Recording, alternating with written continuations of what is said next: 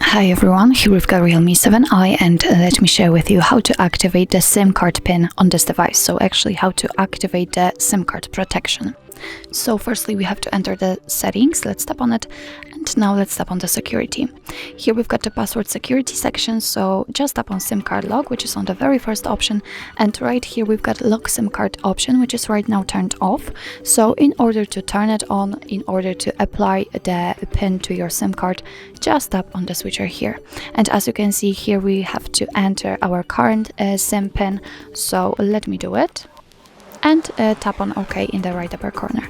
As you can see, this option right now is active, so it means that after restarting your device, it will be required to enter the PIN for this SIM card. So actually that's all. This is how to activate the SIM card protection in your Realme 7i. Thank you so much for watching. I hope that this video was helpful, and if it was, please hit the subscribe button and leave the thumbs up.